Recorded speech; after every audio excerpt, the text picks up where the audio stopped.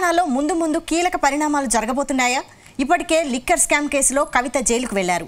ముందు బీఆర్ఎస్ కీలక నేతలు కటకటాల వెనక్కు వెళ్లబోతున్నారా? బీజేపీ నేతల వరుస కామెంట్స్ ఏం చెబుతున్నాయి? త్వరలో 3 బీఆర్ఎస్ నేతల అరెస్టు ఖాయమని కమలం పార్టీ నేతలు ఎందుకు చెబుతున్నారు? రాష్ట్రంలో అసలు ఏం జరగబోతోంది?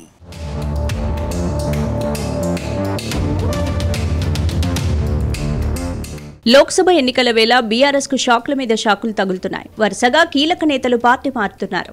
ఇంకోవైపు కవిత అరెస్టు బీఆర్ఎస్ అగ్రనేతలను ఉక్కిరిబిక్కిరి చేస్తోంది. తిహార్ జైల్లో ఉన్న కవితకు బెయిల్ వస్తుందని ఆశలు పెట్టుకున్న గులాబీ నేతలకు ఆమెను సీబీఐ అరెస్టు చేయడంతో మరో స్ట్రోక్ తగిలింది.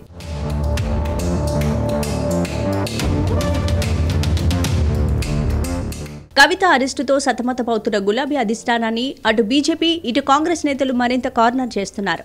ఫోన్ ట్యాపింగ్ వ్యవహారంలో కీలక బీఆర్ఎస్ నేతల అరెస్టు తప్పదని ఇప్పటికే కాంగ్రెస్ నేతలు అంటుంటే, తాజాగా బీజేపీ నాయకులు చేస్తున్న కామెంట్స్ మరింత కలకలం రేపుతున్నాయి.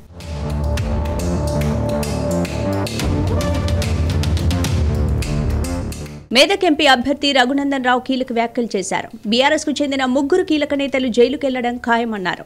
బీఆర్ఎస్ కార్యనిర్వాహక అధ్యక్షుడు కేటీఆర్, మాజీ మంత్రి హరీష్ రావుతో పాటు బీఆర్ఎస్ నేత వెంకట్రామిరెడ్డి పక్కాగా జైలుకెళ్తారని రఘునందన్ రావు సంచలన వ్యాఖ్యలు చేశారు. ప్రభుత్వ అనుమతి తీసుకోకుండా, ఎన్నికల సంఘం అనుమతులు లేకుండా ప్రైవేట్ ఫంక్షన్ హాళ్లలో ప్రభుత్వ ఉద్యోగులతోటి మీటింగ్ పెట్టకూడదనేటువంటి చిన్న గీతను మర్చిపోవడం అనేది దురదృష్టకరం. ఆయనే చెప్తాను, నేను 30 ఏళ్ళు కలెక్టర్ చేసినాను.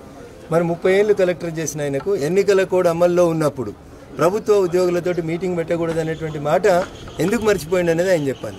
ఫ్లయింగ్ స్క్వాడ్ ఇచ్చినటువంటి కంప్లైంట్ మేరకి 106 మంది ప్రభుత్వ ఉద్యోగులు పొట్టగొట్టినారు. మీరు 10 సంవత్సరాలుగా మీరు ఎట్లయితే పైసలు పంచడానికి డిఆర్డీఏ సెర్ఫ్ ఉద్యోగులను వాడుకొని, సీఏలను వాడుకొని, ఊర్లలో ఉన్నటువంటి సెల్ఫ్ హెల్ప్ గ్రూపులకు సంబంధించినటువంటి మహిళా సోదరిమణులతోటి తప్పుడు పనులు చేపించి మీరు గెలుస్తూ వచ్చినారో డబ్బులు పంచి, ఇప్పుడు ఆ విధానం చెల్లదు అని అంటున్నాం. తప్పుడు పనులు ఇన్ ద సెన్స్ ప్రజాస్వామ్యంలో ఓట్ల కోసం డబ్బులు పంచడం అనేది తప్పు పని.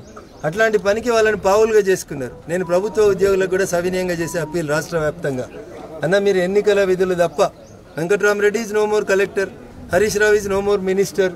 ప్రభుత్వ విధులు ఎన్నికల విధుల మధ్యలో ఉన్నటువంటి తేడాన్ని చాలా స్పష్టంగా గమనించండి. 106 మంది కుటుంబీకులకు నష్టం జరిగితే నాకు నష్టం జరిగినట్టుగా నేను భావిస్తా ఉన్నా. కానీ వెంకట్రామరెడ్డి గారు లాగా విల్లాల దావత్ చేసుకొని కాళ్ళ మీద కాలేసుకొని టీవీలకు బయట ఇవ్వలేదు రఘునందన్ రావు. ఉగాది రోజు కూడా ఎన్నికల ప్రచారంలోనే ఉన్నాడు. నిజంగా నీకు అంత ప్రేమ ఉంటే, నిజంగా నీకు ఎన్నికల నియమావళి మీద నీకు అవగాహన ఉంటే ఎందుకు పిలిచిన వాళ్ళని మీటింగ్కి? ఎందుకు నష్టం చేసిన వాళ్ళని? నేను ఎన్నికల సంఘాన్ని మీ ద్వారా అడుగుతా ఉన్నా.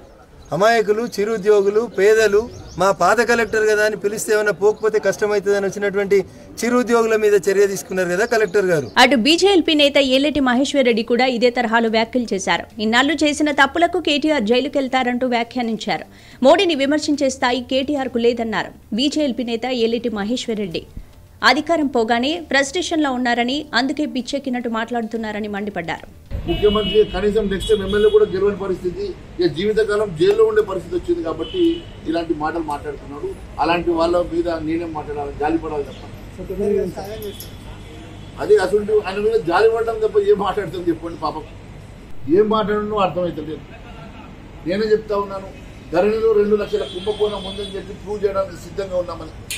ఒకవైపు 1,00,000 కోట్ల రూపాయల కాళేశ్వరం కుంభకోణము. ఈ రకంగా ఎక్కడ పడితే అక్కడ మీరు మిషన్ భగీరథ, మిషన్ కాకతీయ, నువ్వు ఏదైనా తీసుకో, యావత్ రాష్ట్రంలో వారు చేయని కుంభకోణం లేదు, వాళ్ళు దోచుకున్నటువంటి స్థానం లేదు. ఇలా ఎక్కడ పడితే అక్కడ దాచుకొని ఈరోజు పదవి పోయిన తర్వాత ఈ రకమైనటువంటి పిచ్చి మాటలు మాట్లాడటము, ఇది కేవలం ఒక స్ట్రాటజీ ప్రకారం జైలు కన్నా ఎర్రగడ్డ పెట్టరని చెప్పేసి వాళ్ళు పరిస్థితం లేదని ఎర్రగడ్డకు పంపాలని చెప్పేసి ఆలోచనతో మాత్రమే మాట్లాడారు. తెలంగాణ రాజకీయాల్లో ఫోన్ ట్యాపింగ్ వ్యవహారం పెనుదుమారం రేపుతోంది. బీఆర్ఎస్ అధికారాన్ని అడ్డం పెట్టుకుని అప్పటి ప్రతిపక్ష కాంగ్రెస్, బీజేపీ నేతల ఫోన్లు ట్యాపింగ్ చేసిందన్న ఆరోపణలున్నాయి. ఇదే అంశంపై ఇప్పటికే పలువురు మాజీ పోలీసు అధికారులను దర్యాప్తు బృందాలు విచారించారు.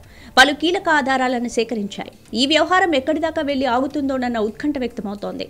తీగలాగితే డొంక తగిలినట్లు ఈ వ్యవహారం బీఆర్ఎస్ కీలక నేతల మెడకు చుట్టుకునేలా ఉంది. సీఎం రేవంత్ రెడ్డి సైతం ఈ వ్యవహారంలో కేసీఆర్, కేటీఆర్ జైలుకెళ్లడం ఖాయమంటూ వ్యాఖ్యానించారు.